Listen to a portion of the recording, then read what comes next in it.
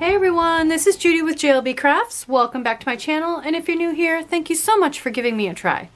Today I'm going to be doing a slightly different video. I've had several requests to see my process for printing my seasonal vellum. So just to remind you what I'm talking about, or to show you what I'm talking about in case you don't know, I'm using the Cat Lady planner as my catch-all planner. Catch-all just means I put all the miscellaneous stuff in it. So I have a wellness and fitness specific planner, and I have a social media / work planner. Those things are separate. This one catches all the other stuff. So vet appointments, doctor's appointments for my husband, family birthdays, that kind of thing. So it catches all the other stuff. And that's where I like to be seasonal, but the Cat Lady planner, there really wasn't a seasonal planner I liked. The Cat Lady planner is not seasonal, but I'm making it seasonal. Vellum is just a delicate, opaque, so semi-clear paper that you can print on. You can buy it already printed. I just got a 50 sheet pack from Amazon. I will link that in the description box. And I like to print seasonal sheets and cut them and put them in front of my dashboard so that it makes them look so seasonal. So for February, I wanted hearts for Valentine's Day. It's an orange sheet. So I found a graphic that I liked, and I added a little bit of orange to it to draw it all together, and that's how it ended up. For March, of course, green, St. Patrick's Day. It is a green sheet already, but I wanted to make it more seasonal, so I found this gorgeous graphic of shamrocks, watercolor shamrocks. I love watercolor style artwork. It's my favorite. So I'm going to show you how I do April, because I'm getting ready to do my April move-in. So first thing we need to decide, or I need to decide, is what is the seasonal element that I think of when I think of April. And I think of the saying from when I was a kid, April showers bring May flowers. So April showers. So I thought, since this already has little blue hearts on it, kind of raining down, I thought if I could find some kind of watercolor cloud graphics or some umbrellas or something, that would look great. The other thing I try to do is place the graphic such that it interacts with what's already on the tab, but it doesn't cover it up. So for example, I wouldn't want to put a big cloud right in the center. I want to keep on this particular divider, the graphic is in the middle, so I want to try to stick to stuff that's mostly across the bottom and across the top. So the first thing I'm going to do is take some measurements. You don't have to do this if printing multiple copies isn't an issue for you. If you're not too worried about that, then don't worry about doing this extra step. I'm an engineer. I like to measure things out. So I'm going to go ahead and take some measurements. So the first thing I'm going to do is measure the dashboard, and it is exactly 7 inches wide. So I'm going to take my little notepad and I'm going to draw just roughly my dashboard, and it is 7 inches this way. And it is exactly 9 1/4 inches tall. So 9.25 tall. Okay, next I want to measure just roughly where the picture is. So it's about, or its size at least, it's about 5 inches wide. So if we just draw a second box inside here, we're going to say 5 inches by, how tall is it? Roughly just about 6 inches. So 6 inches tall.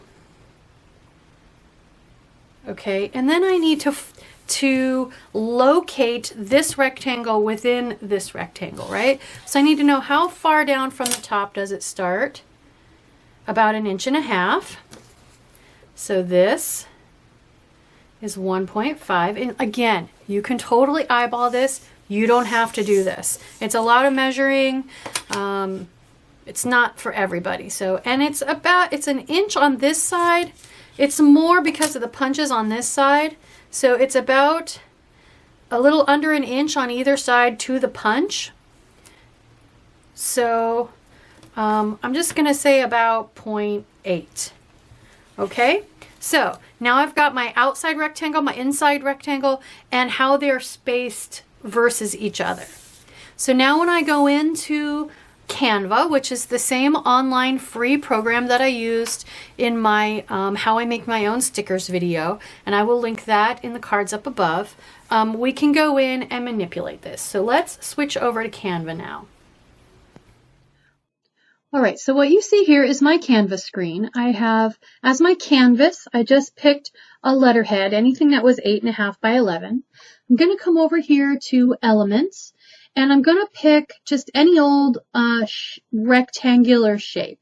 So let's just pick, I'd actually like an outline. Let's go to See All on Shapes, and let's see, this is a solid. Here we go, here's a rectangle.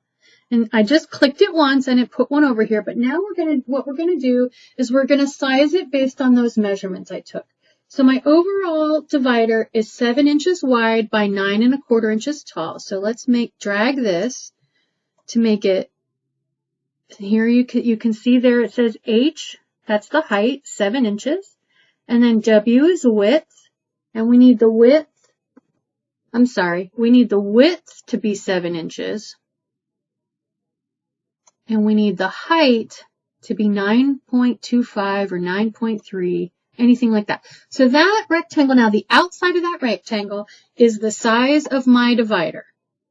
So I'm just putting it in the center. Now we're going to draw a second one, and it's going to be the graphic with the kitty, the picture that's on the center that I want to try to stay outside of.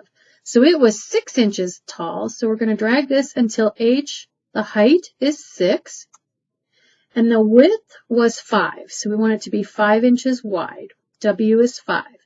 Okay, and then I can just I know that it's just kind of centered within the bigger circle. And so you can see those purple lines showing me that it is centered.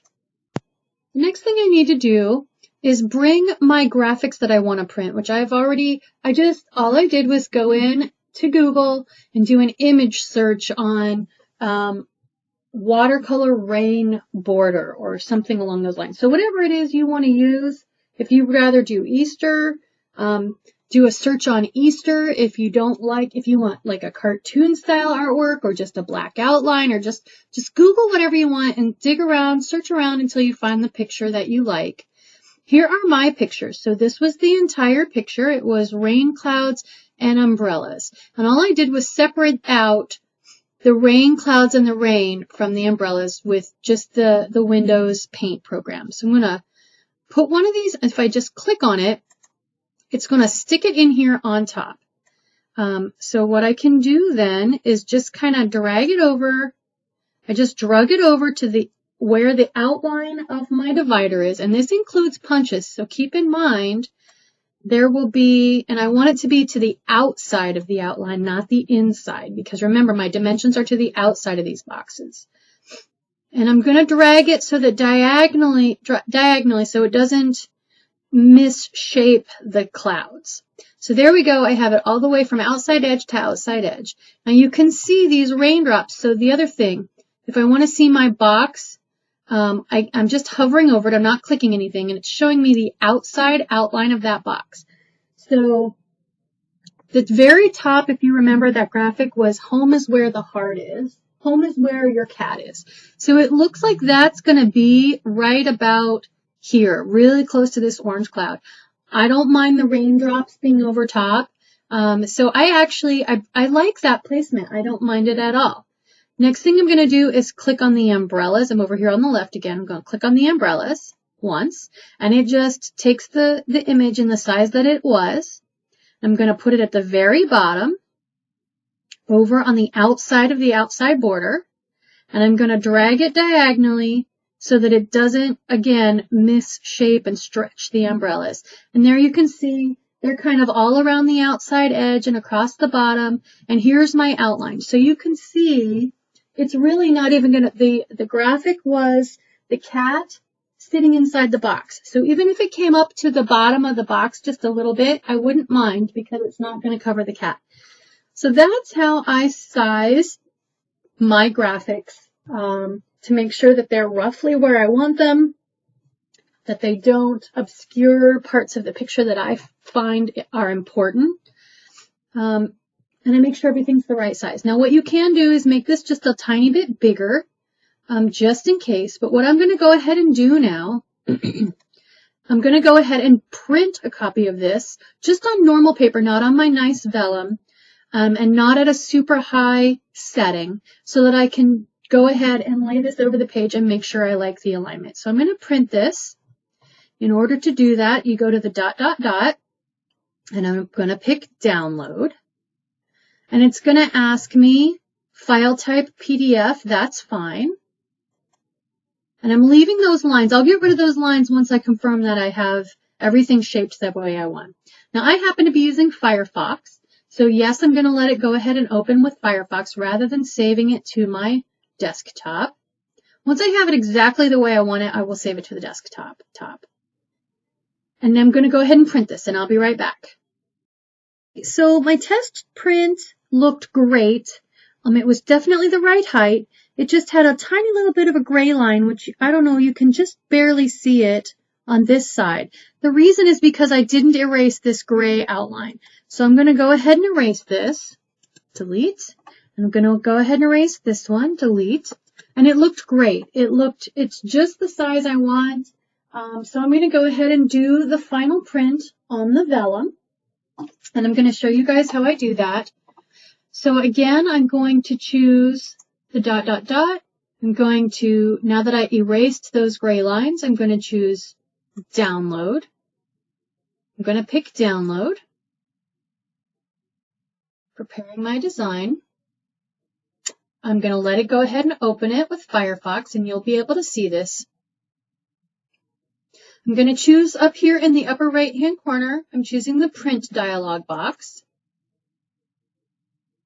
And now for mine, it shows my printer. I need to go in and use, I need to go in and make sure that my preferences are set to not shrink or expand. I want it to keep it at exactly the same setting. I also want to choose the best color quality that I possibly can. So my particular printer, and every printer is going to be different. I can't really be any more specific on this. You're just going to look for your print quality settings and pick quality over speed. Pick the highest quality you possibly can. So again, you want to dig around in there and find the setting that says to print it at 100%. Don't expand it. Don't shrink it to fit. Retain the size, whatever it's going to be. And then the other one is going to be a quality setting. You're going to be looking for a quality setting. You're going to pick vivid or pick someplace where you can pick the highest quality over the highest speed, because those two are opposite of each other. And then you're going to pick OK, and you're going to go ahead and print. So I'm going to do that, and I'm going to switch back and show you the live results that I ended up with. Okay, so these are my two test prints. Here's the first one where I had, if you recall, I just laid the graphics over top of those gray boxes for sizing, and it gave me a little bit of a gray line all the way around. I deleted those boxes, and of course, so the gray went away. So I can see here, if I line these up, this is going to be just exactly the right height. Maybe a tiny little bit gets cut off, and that's totally fine. Same thing for the width. It's just exactly right. I'm going to have a few of these raindrops. If you kind of line this up and look across, I'm going to have a few of these little raindrops over top, and that's okay. It's going to look like it's raining on my little kitty, which is perfect. So to print vellum, here is my blank piece of vellum.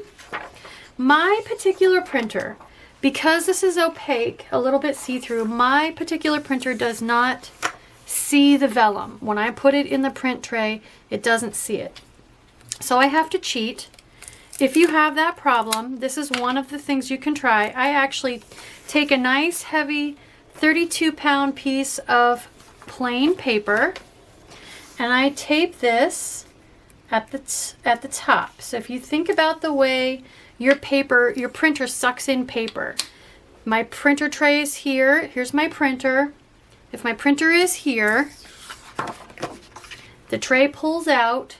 I put my paper in. It's going to take this edge and suck it up into the printer. So I want this to be here at the top. So I'm just taping this onto the top.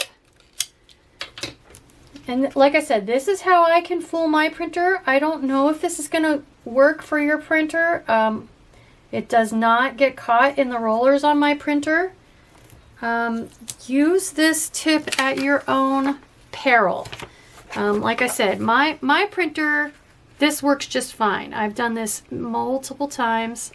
As long as I'm careful and I line this up and I put the tape in to the top inside the guts up underneath in the printer so that it pulls from this edge, and I make sure that my vellum is facing down, because what it's going to do, this is the taped edge, this is what's going to go into the printer.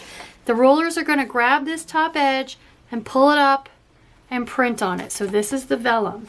So you want to put the tape in and the vellum down. For most printers, that's the way it's going to work. So I'm going to go do one more print like I showed you in the video with high quality, not stretching, and I'll show you what I end up with. Okay, so this is what I ended up with. It fed through my printer just fine. You can see that the vellum here is on top. That's what I printed on. So I'm just going to carefully peel this off my piece of paper. When you print on vellum, vellum takes ink differently than printer paper. So don't touch this. You have to let it dry for a few minutes or otherwise it's going to smear. So I've had this before I came back to you. I gave it some time to dry. And now we can go ahead and carefully cut it out. So now we can see how it's going to fit over my divider. It's going to be perfect, perfect, perfect. I love that the clouds are rainbow colored so that it matches this sidebar. It's got all the different colors in it. So let me get my paper trimmer and my punch. We'll go ahead and I'm just going to cut this out right at the edges of the graphic. Actually, I'm going to start with the outside edge, which I have my umbrellas there for that. Just want to make sure I can see what I'm doing really well. All right, and we'll just make sure that this lines up okay. Just cutting it right at the edge of the graphics because my little boxes on my Canva, like I showed you guys, did their job, so it's exactly the right size. It's exactly the right width. It's a tiny bit tall. I'm going to cut just a tiny bit more off the top. Oops. Oh, shoot. And my blade is not sharp enough and ruined it. No. All right. Cutting mat. Straight edge. Craft knife. And I'm just going to have to live with that because I'm not going to print it again. So make sure you've got a nice sharp blade before you try to trim a little sharp edge. I might stick just a tiny little bit of tape on the back side of that. Just Scotch tape, and I don't think it's going to show. We'll see. Oh, that's just mangled. All right, well, okay, so don't do that. We'll see. If it bugs me, I'll do it again. Okay, so let's punch it, put it in my planner, and see how bad it looks. We'll see if it's going to bug me. Since it is somewhat see-through, it's not going to be super obvious if it doesn't line up exactly right. So there we go.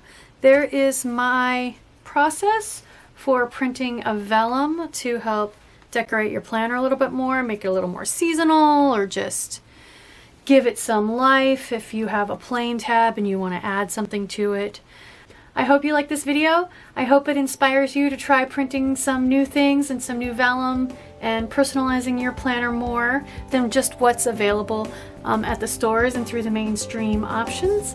If it does, please consider liking and subscribing. Thank you.